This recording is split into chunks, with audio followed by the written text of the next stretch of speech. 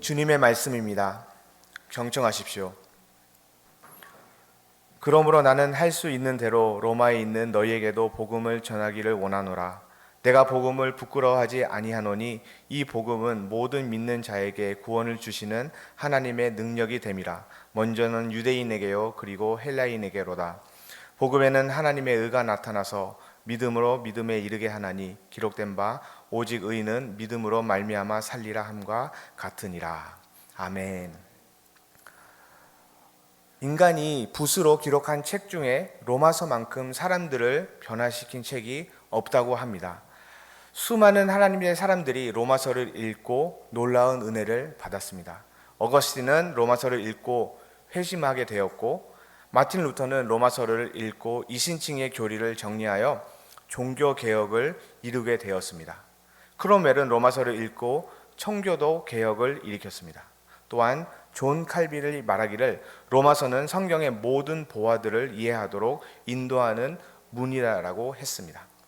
로마서는 구원의 복음을 가장 논리적으로 정리한 책입니다. 따라서 로마서를 제대로 깨닫으면 성경 전체를 이해하는 데 큰 도움을 받게 됩니다. 오늘 로마서 1장 1절에서 바울은 로마 교회 자신을 세 가지로 소개하는 것을 볼 수가 있습니다. 1절 말씀을 보시면은 예수 그리스도의 종 바울은 사도로 부름을 받아 하나님의 복음을 위하여 택정함을 입었으니라고 말하고 있습니다. 첫째로 사도 바울은 자신을 예수 그리스도의 종으로 소개하고 있습니다. 여기서 쓰이는 종이라는 단어는 바로 노예라는 뜻을 가지고 있습니다. 바울은 나는 예수 그리스도의 노예입니다라고 스스로 소개하고 있는 것입니다. 그러나 그가 이렇게 처음부터 자신이 고백하는 것처럼 예수 그리스도의 종으로 살아갔던 사람은 아니었습니다. 바울은 이전에 예수 그리스도를 전혀 몰랐던 사람이고 오히려 예수 그리스도를 믿는 자들을 핍박하고 억압하는 사람이었습니다. 예수 그리스도를 만난 후에 그의 인생과는 완벽하게 바뀌게 되었습니다. 그의 정체성이 완전히 바뀌게 되었습니다. 예수님을 만나기 전에는 그의 인생은 그가 주인이었고 그가 주관자였습니다. 하지만 이제 예수님께서 그의 인생이 주인이 되시고 그는 예수 그리스도의 종이 된 것입니다. 바울처럼 예수님을 발견하게 된다면 그 누구의 삶도 변화될 수밖에 없습니다. 둘째로 바울은 자신을 사도로 소개하고 있습니다. 종은 종인데 사도로 부르심 받은 종이라고 말하고 있습니다. 사도라는 말은 본래 보냄 받은 자라는 뜻을 가지고 있습니다. 이 단어는 일반적으로 왕이나 권력을 가진 자에게 위임을 받아 어떠한 특별한 임무를 수행하는 대사를 칭하는 단어입니다. 사도 바울은 하나님께서 나를 이 세상에 부르시고 나를 만드신 그 목적은 바로 복음을 전파하도록 나를 부르셨다라고 고백하고 있습니다. 1절에 바울의 고백이 나는 하나님의 복음을 위하여 택정함을 입었다라고 말하고 있습니다. 여기서 택정함을 입었다라는 말은 특별한 목적을 위해서 따로 떼어 두었다라는 말입니다. 이렇게 바울은 자신이 하나님께서 복음을 전파하는 사도로 나를 부르셨다는 확실한 소명을 가지고 있었습니다. 그리고 그 확실한 소명 때문에 그는 너무나 행복했습니다. 얼마나 행복했냐면은 복음을 전하다가 핍박을 당해도 죽음의 문턱에 매 순간순간마다 가도 하나님께 감사의 기도가 저절로 나왔습니다. 왜냐하면 하나님께서 부르신 아주 특별한 일을 내가 하고 있기 때문입니다. 세 번째로는 바울은 자신을 복음의 전령이라고 말하고 있습니다. 사도는 임무를 받고 보내심을 받은 자인데 다름 아닌 바로 하나님의 복음을 전하기 위해 사도로 부르심을 받았다고 하는 것이 바울 자신이 인식하고 있었던 것입니다. 그렇다면 사도 바울이 전한 복음, 그 좋은 소식은 과연 무엇일까요? 2절 말씀을 함께 보시면은 이 복음은 하나님이 선지자들을 통하여 그의 아들에 관하여 성경에 미리 약속한 것이라고 말씀해 주고 있습니다. 복음이란 원래 전쟁에서 승리했다라는 소식을 전하는 승정보를 가리키는 말입니다. 그러나 성경에서 우리에게 주신 복음이라고 하면은 예수 그리스도를 통한 하나님의 구원을 가르치는 것입니다. 즉 하나님께서 죄로 인해 죽을 수밖에 없는 인간을 구원하시기 위하여 독생자 예수님을 십자가에 죽게 하시고 죽음을 이기시고 부활하신 예수 그리스도를 믿는 사람에게 죄사함과 은총과 영생의 길을 열어주신 기쁜 소식이 바로 우리에게 주어진 복음입니다. 2절에서 가장 중요한 단어를 하나 고르라면 바로 약속이라는 단어입니다. 우리에게 주어진 복음은 우연히 생긴 일이 아닙니다. 어떤 몇만 분의 몇 분의 확률을 통해서 우리에게 주어진 것이 아닙니다. 복음은 하나님의 심오한 계획 가운데 태초부터 우리에게 주어진 약속입니다. 하나님께서 미리 약속해 주신 것이며 그 약속의 핵심은 하나님의 아들이신 바로 예수 그리스도이십니다. 사도 바울은 오시리라 약속된 메시아가 바로 예수님이라는 사실을 두 가지로 증명해 주고 있습니다. 첫 번째로 바울은 예수님의 혈통으로 증명하고 있습니다. 3절 말씀을 보시면은 이 아들로 말하면 육신으로는 다윗의 혈통에서 나셨고 라고 말하고 있습니다. 예수님은 다윗의 혈통이십니다. 이것은 구약의 예언들을 성취하는 것입니다. 구약의 수많은 선지자들이 메시아가 반드시 다윗의 혈통에서 태어날 것이라고 예언해 왔습니다. 두 번째로는 바울은 예수님의 성결의 영으로 증명하고 있습니다. 4절 말씀에 성결의 영으로는 죽은 가운데서 부활하여 능력으로 하나님의 아들로 인정되셨으니 곧 우리 주 예수 그리스도시니라 라고 말해주고 있습니다. 우리가 믿는 우리에게 복음이신 예수님은 100% 인간이시며 100% 하나님이십니다. 이것을 신학적으로 바꿔 말하면 예수님은 인성과 신성을 동시에 갖고 계시는 분이십니다. 이 둘 중에 한 가지라도 우리는 절대로 부인할 수 없습니다. 예수님은 100% 인간이시며 동시에 100% 하나님이십니다. 3절이 예수님의 육신이 다윗의 혈통에서 나셨음을 강조한다면 4절에 쓰인 성결의 영이라는 표현은 예수님의 영이 하나님께서 나셨다라는 것을 우리에게 강조하고 있는 것입니다. 예수님께서는 인성으로는 다윗의 자손이요 신성으로는 하나님의 아들이라는 것을 우리에게 알려주고 있는 것입니다. 하나님의 아들이신 예수님께서 인간을 구원하시기 위해서 인간의 몸을 입고 이 땅에 오신 것이 바로 복음입니다. 하나님과 인간 사이를 연결해 주시는 화해자, 복음은 바로 예수 그리스도이십니다. 예수님께서 하나님의 아들이시라는 가장 큰 증거는 바로 그의 부활의 사건이라고 말할 수 있습니다. 예수 그리스도께서는 죽은 자 가운데서 부활하심으로써 그가 하나님의 아들이심을 인정되셨다라고 말하고 있습니다. 본문 4절, 오늘 우리가 읽은 4절의 말씀은 하나님의 아들로 인정되셨으니라는 말이 나옵니다. 말 가운데 인정되셨다라는 말은 선명하게 나타났다, 완벽하게 나타났다라는 뜻을 가지고 있습니다. 예수님께서 부활하심으로써 하나님의 아들로서 확실히 인정되고 확정되고 선언됐다라는 것을 우리에게 깨닫게 하는 것입니다. 예수 그리스도가 복음의 중심이며 복음 자체이심을 꼭 기억하시길 바랍니다. 복음은 구원을 주시는 하나님의 능력입니다. 16절 말씀을 보면은 내가 복음을 부끄러워하지 않으하노니 이 복음은 모든 믿는 자에게 구원을 주시는 하나님의 능력이 됨이라. 첫째는 유대인에게요 또한 헬라인에게로다. 사도 바울은 자신이 전하는 이 복음이 절대로 부끄럽지 않다라고 고백하고 있습니다. 그 이유가 무엇입니까? 이 복음은 모든 믿는 자에게 구원을 주시는 하나님의 능력이 되기 때문입니다. 본문에서 구원을 주신다는 말은 천국에 들어갈 수 있는 자격을 주신다라는 말로 바꾸어 볼 수 있습니다. 우리가 좋은 대학교를 가고 싶어 합니다.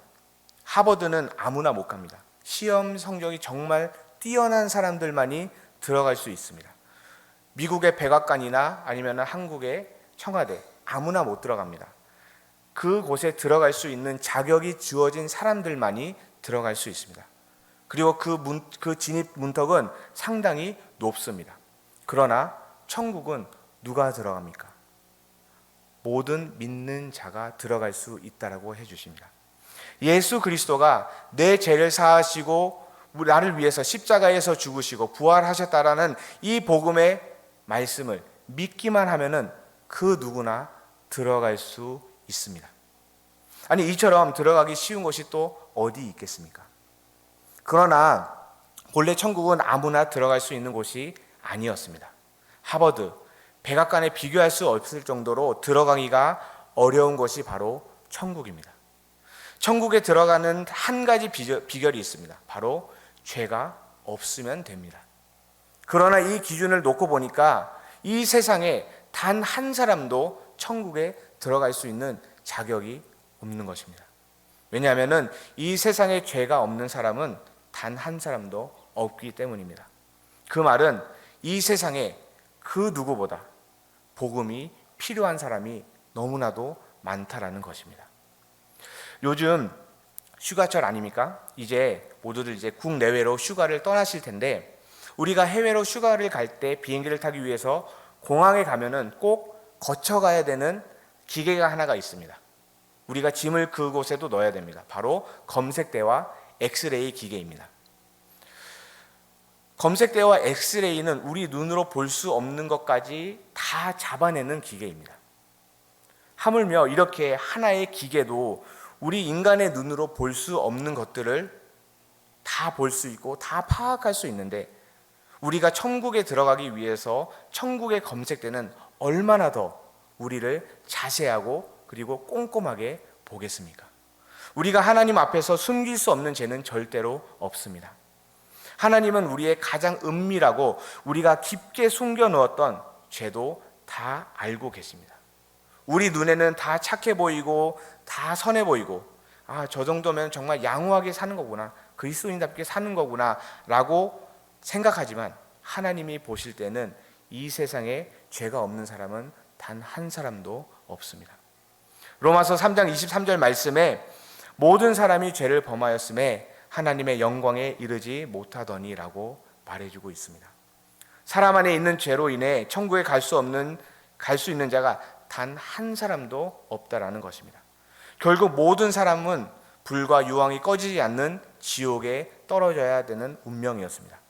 그러나 사랑이 넘치시는 하나님께서 인간의 죄를 용서하시기 위하여 그 아들 예수 그리스도를 이 땅에 보내셨습니다.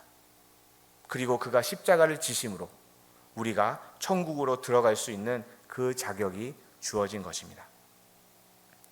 또한 16절을 보시면은 첫째는 유대인에게요, 또한 헬라인에게로다라는 표현이 등장합니다. 여기서 유대인은 우리가 잘 알고 있는 이스라엘 족속들이고, 헬라인은 이스라엘 백성들을 제외한 모든 이방인들을 뜻하는 것입니다. 본문의 첫째가 유대인인 이유는 그들이 선택받은 민족으로서 하나님이 그들과 먼저 언약을 맺었기 때문입니다. 그러나 역사적인 순서만 차이가 있을 뿐이지 구원에 관하여서 유대인과 헬라인은 아무런 차이가 없습니다.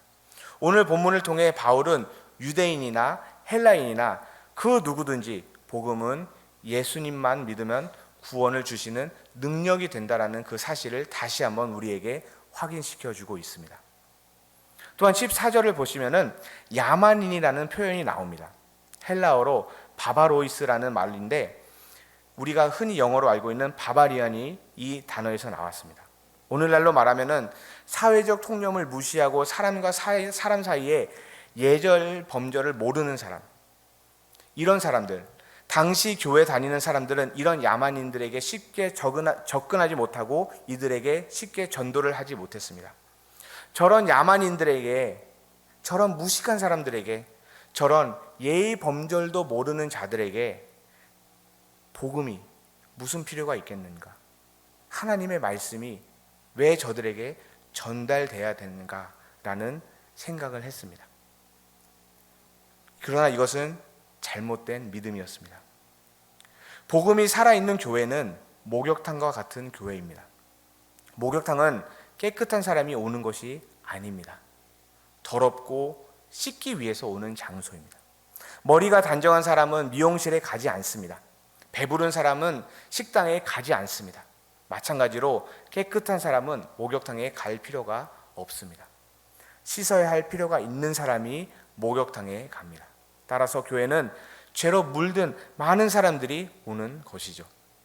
문제가 많은 사람일수록 교회가 환영해 줘야 됩니다.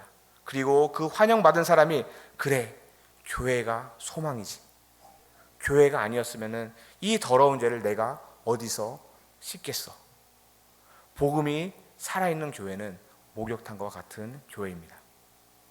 SBS 꼬꼬무라는 프로그램을 통해서 봤는데 1994년 대한민국 전역을 완전히 뒤집어 놓은 지존파 사건을 기억하고 계십니까? 정말 사람이라고 생각할 수 없는 그 악랄한 짓을 저지른 사람들입니다. 사람을 살해하고 암매장하고 정말 입 밖에 낼 수 없는 악행, 진짜 잔인한 그런 일들을 했던 사람들이죠. 인면수심이라는 말로 사람의 얼굴을 쓰고 있으나 마음은 그리고 행동은 동물 같다라는 그런 뜻을 말하고 있습니다. 정말 그 사람들은 잔인하고 너무나 잔인한 사람들이었습니다. 신문과 TV를 통해서 전해지는 소식을 들으면서 사람들이 천하에 이런 악한 사람들이 있는가 하면서 그 사람들을 욕했지만, 그러나 반대로 그 뉴스를 보면서 정말 이런 사람들을 위해서 내가 복음을 전해야 되겠다라는 그런 사람들도 있었습니다. 그것도 한두 사람이 아니었습니다. 바로 그런 평신도 전도자들이 그런 무서운 감옥을 들락날락 거리면서 아무도 상대하지 않았던 그런 지존파 사람들을 하나씩 만나면서 복음을 들려주었습니다. 그 중에 한 사람이었던 바로 한 사람이 성동구치소 보안계장으로 근무했던 박효신 장로였습니다. 그는 서울구치소 교도관 형제들과 함께 이 범죄자들을 위해서 복음을 끊임없이 전했습니다. 믿음의 교도관들은 지존파원들과 숙식을 함께하면서 정말 피눈물 나는 몸부림으로 그들의 마음을 열기 위해서, 그리고 그 마음을 열기 위해서 기도와 그리고 말씀으로 매진했습니다. 어느 날 구치소 재소사 부활절 예배에 참석했다가 우연히 세상을 경악해 했던 지존파 일원이었던 그 김현양을 만나게 됩니다. 그리고 그는 고백합니다. 나는 인간이 아닙니다. 나는 사람의 고기를 먹었고 정말 끔찍한 일들을 저질렀던 진짜 더러운 사람입니다 라고 고백합니다. 그렇게 고백한 김현양을 그는 복음을 접하고 완벽하게 새로운 사람이 되었습니다. 그의 마지막 모습을 끝까지 옆에서 지켜본 박효신 장로의 말에 의하면 김현양은 사형 집행일의 마지막 순간에 찬송가 405장을 불렀다고 합니다. 말할 수 없는 큰 죄인이 예수님을 믿고 과분한 사랑을 받고 갑니다. 이 고백을 남긴 채 그는 세상을 떠났습니다. 이뿐만이 아닙니다. 지존파였던 한 사람은 사형수였으나 감련을 받아 세상에 나온 뒤에 찬양 인도자가 되었습니다. 그는 자기가 자주 부르는 찬양이 바로 우리가 알고 있는 305장 Amazing Grace, 나는 나 같은 죄인을 살리신 주 은혜 놀라와 잃었던 생명 찾았고 광명을 얻었네 라는 그 찬양을 자주 불렀다고 합니다. 서울 교도소에서 근무했던 박효신 장로는 살인자라고 불렸던 사람들이 복음을 접하고 하나둘씩 점차 변하는 모습을 목격하게 됩니다. 그리고 그 다음과 같은 제목의 책을 출간했습니다. 하나님이 고치지 못하는 사람은 없다. 지금도 하나님은 이 세상에 있는 수많은 죄인들을 고치시고 그리고 살리고 계십니다. 우리 하나님께서 고치지 못하는 사람은 절대로 없습니다. 아무리 야만인 같은 사람이라도 하나님의 그 복음 안에, 그리고 그 복음이 역사할 때 그의 삶은 완벽하게 변하게 됩니다. 이처럼 복음이 살아있는 교회는 바로 이런 변화가 있는 교회입니다. 사도 바울은 복음을 부끄러워하지 않았다라고 고백하고 있습니다. 도리어 이 복음이야말로 구원을 주시는 하나님의 능력이라는 사실을 알고 너무나 이 복음을 자랑스러워했습니다. 우리도 바울이 그러한 것처럼 이 복음을 자랑스러워 하시기를 간절히 소망합니다. 십자가에서 돌아가신 예수 그리스도를 우리의 삶의 가장 큰 자랑으로 여기시길 바랍니다. 세상의 부, 세상의 명예, 내가 갖고 있는 권력이 나의 삶의 가장 큰 자랑거리가 아니라 나를 위해서 십자가를 지시고 죽으시고 부활하시고 내가 천국으로 들어갈 수 있게 해주신 예수 그리스도가, 그 복음의 말씀이 내 삶의 가장 큰 자랑이 되기를 간절히 소망합니다. 복음이 살아있는 교회는 죄인을 변화시키는 능력이 있다고 합니다. 복음이 살아있는 교회는 상처받은 영혼들을 불러들이고 그 상처받은 영혼들을 치유하는 능력이 있습니다. 죽어가는 자들을 살리는 복음이 충만한 그런 교회가 되기를 간절히 축복합니다.